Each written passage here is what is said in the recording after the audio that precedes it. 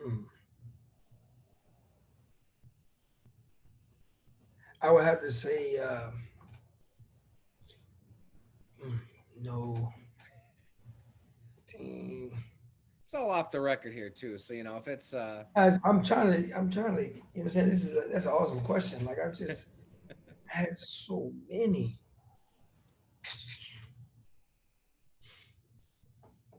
Oh man. I had pork ketchup all over me one day, and I pretended like somebody, uh, like I was dead.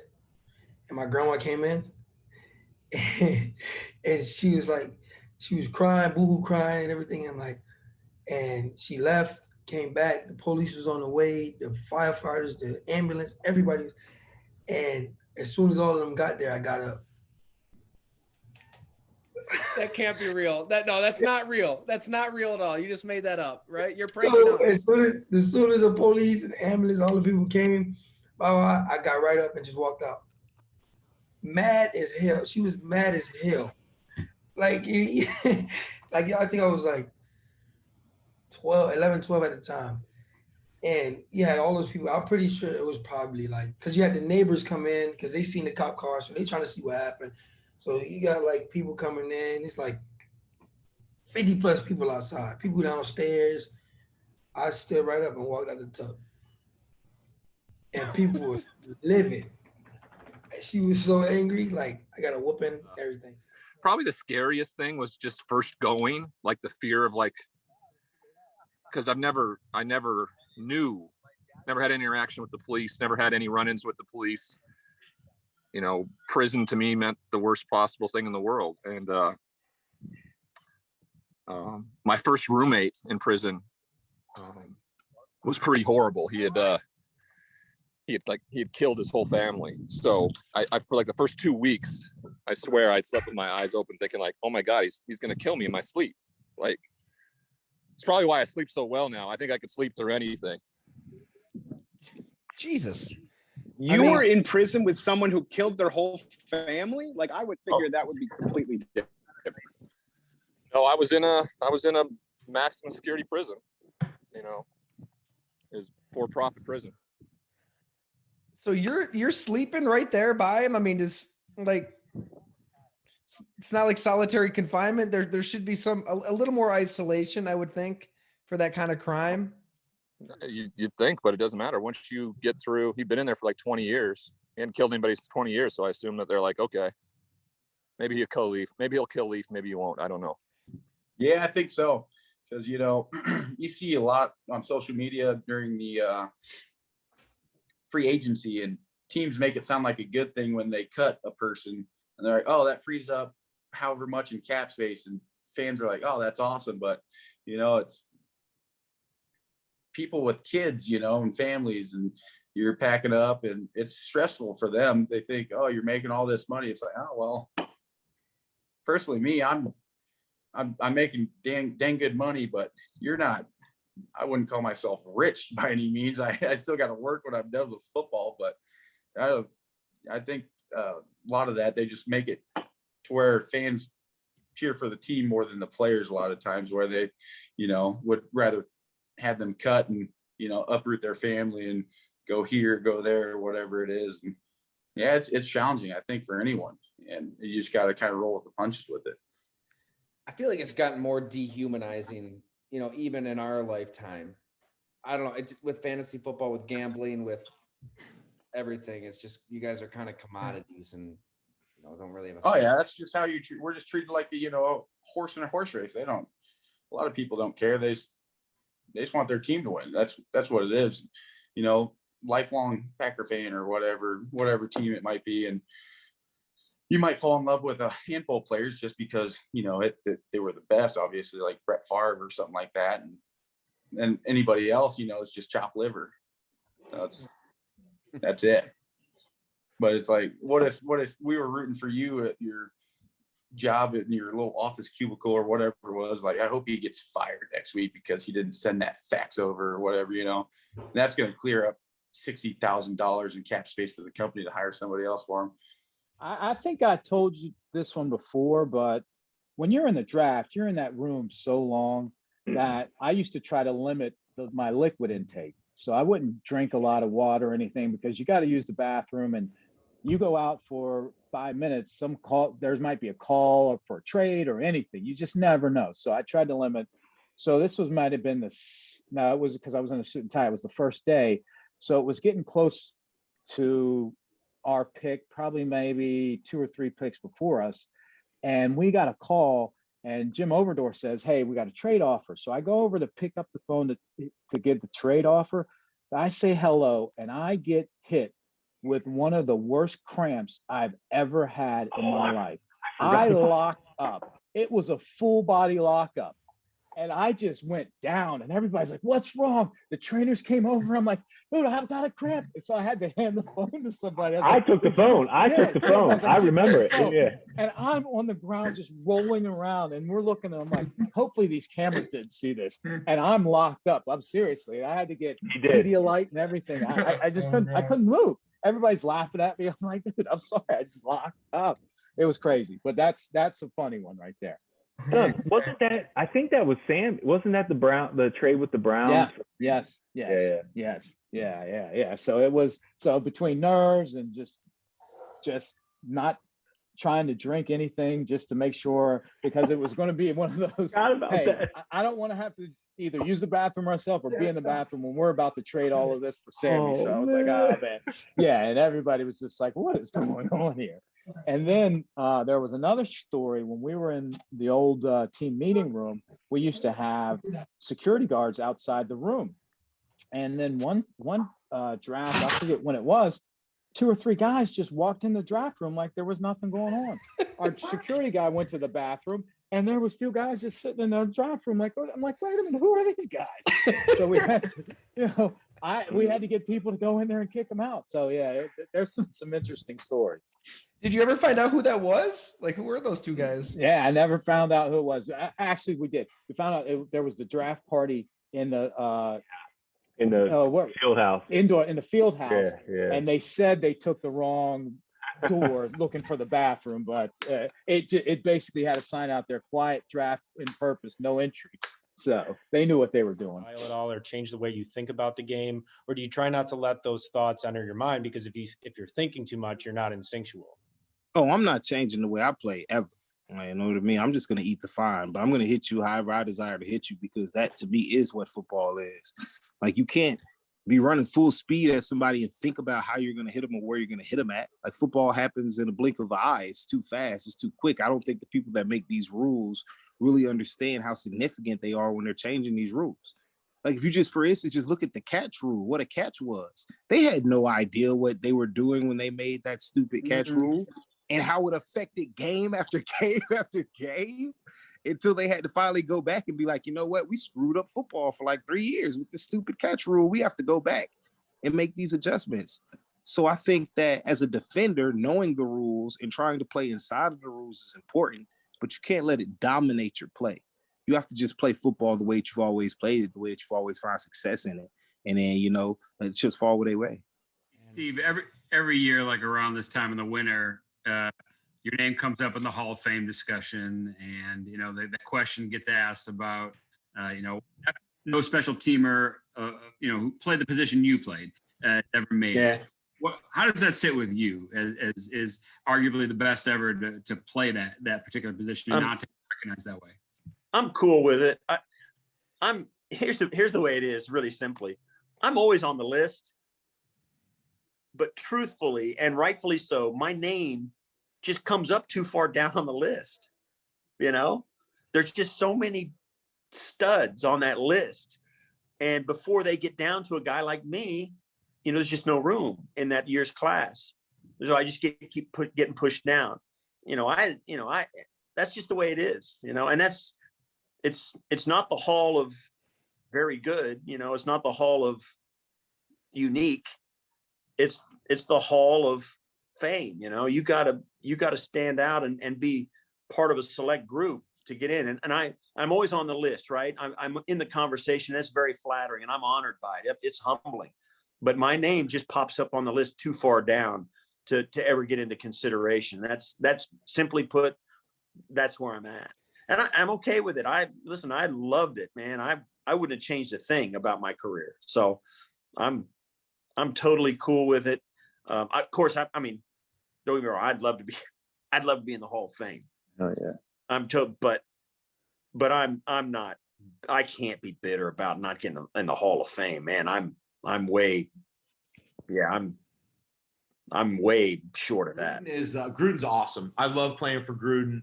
I got a ton of respect for him as a coach and as a man. He's super positive. He does a good job of building guys up, bringing guys along. His knowledge of offense is second to none. I mean, this guy is a genius. And he shows us old 49ers tape because he started back with Bill Walsh. And he shows us tape of Montana and Jerry Rice practicing to be special. And, he's just one of those guys. He's an icon. When he talks, everybody listens. You'll look around our team meeting room, and I mean, you can hear a mouse piss on cotton. It's just, when he's talking, it's really cool. It's like watching Monday Night Football with him. The guy watches every single NFL game, every snap from every NFL game. And he's a grinder, man. His car's always parked in the first spot. Him and Derek race to the building. He always beats him. He's got the first spot. He sits in his office and he has his 60-inch TV next to his computer, and he's just sitting in there. There's coffee cups everywhere. He's just sitting in there watching film, writing notes, making up plays. And you go talk to him, and I mean, it's like going to talk to the general. You got to go in there, and you better have your shit together, or he's going to pick you up. Do you have any comment on any of that stuff? Well, absolutely. Antonio Brown was an amazing teammate. Antonio Brown was one of the best teammates I've ever had in my life. Like, you know what I mean? Just the hardest working guy you've ever seen in your life. Like, Antonio Brown would run 4 to 3 miles at practice a day. Like, he would spend hours after practicing. I went to his house one time. We were hanging out. He had his cousin in his living room. He was standing on a Buso ball. I don't know if anybody know what that is, but it's a workout piece of workout equipment that's used for balancing. Well, obviously, Antonio Brown lived in a very expensive home. The front room was pretty large. He would have his cousin standing on one side of the living room, and he would be shooting a jugs machine through his living room while AB was standing on a Buso ball with a helmet on, catching balls. Like, all the man did was work hard. He's the hardest working individual I've ever met in my life. And he taught me so much about the game. I remember a conversation we had. I was eating some hot wings in the locker room. And he was like, "What are you doing?" I'm like, "Oh, I'm just eating some hot wings." He was like, "Oh, you're still eating because food tastes good now?" He was like, "Nah, Vinny, we don't do that no more. We eat to be great around here." And he put me on a whole food regimen. He didn't put me on it, but he just introduced me to nutrition and the things I should be eating and what I shouldn't be taking. Like, the man was ridiculously committed to the game of football. But I do think wholeheartedly, and honestly, really, I didn't get here until I started working with Lamar. We severely diminished the impact of the running quarterback, right? And if you go back to the history of the game, the quarterback was a running position, right? If you go back to the very beginning, it was a running position. And if you even think about it logically, does it make sense to have 11 guys on the defense and then really only have 10 guys on the offense, right? Because that's really what you do if the quarterback just drop backs and pass. You're now down one guy in everything that you come up with, blocking schemes, all of this. So when you bring in the quarterback that actually is a threat to run, you actually make it an even ball game now. 11-11. Now the defensive coach really has to game plan for that 11th man instead of just saying, "Oh, he's there," but he's just standing there. Especially in the run game. So I think if we're really going to be smart about this going forward, we've got to acknowledge that the mobile quarterback or having some mobility is the best way to play the position. Now, what I do think is we've had lazy coaches over the year in high school, college, and the NFL. When they see a guy who can run, instead of continuing his development of the passing game, what do they say? One, man, if he ain't there, take off. 1 read, 2 read, or take off, because that makes the coach's job easier. So now what you've done is you've trained this quarterback who has this special gift that you could use to dominate games on the ground and in the air because you're lazy. and he's giving you a bailout to make you look good, because once everybody turns and runs, he can go get you 10, 12 yards and keep the chains moving. Yeah. You're like, yo, if it's not there, take off. That's the coach being So lazy. what do you think it is about scouting your position that's so hit or miss?